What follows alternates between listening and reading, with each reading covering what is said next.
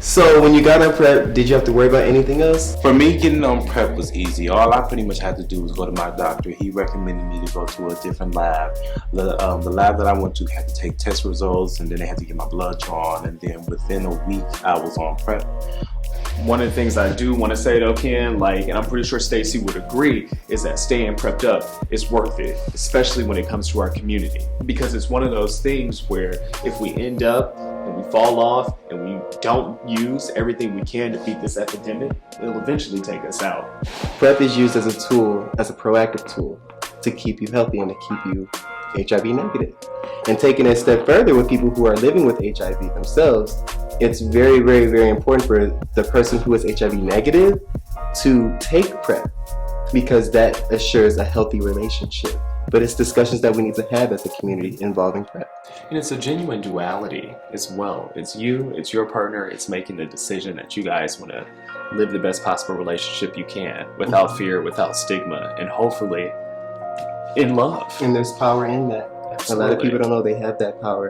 So what's really weird about it is that, on top of everything else, right? So we dealing with stigma, we dealing with all this other stuff. There's their own voice, you know what I mean, that's coming from the other side of us, where people think it's just inaccessible. Where it's I can't do it, it's hard for me to get into doctor, it's hard for me to do this. Not only are there organizations set up, but you can go to your doctor, right. You can go to your nurse. I think about your situation, talking to your clinician. You can, and everywhere you can get any other medical treatment, you can talk about PrEP. And that's the great thing. Even if it's as simple as you going online and being hey, I need PrEP. What is PrEP? Ways to get PrEP. There are going to be resources available to you if you just simply Google that. It's really that simple. And what I found about the community that we live in is they're very misinformed and uneducated about what PrEP is and the effects of PrEP and when to take PrEP and what it's for, what it's not for. But I do also know that as soon as we tackle that and press the issue and the envelope on that, that's when we'll move forward. That's when we'll see the benefits of PrEP and fighting stigma in our community. I agree. So one of the things that I notice is that people who take PrEP, they think they don't have to worry about anything else.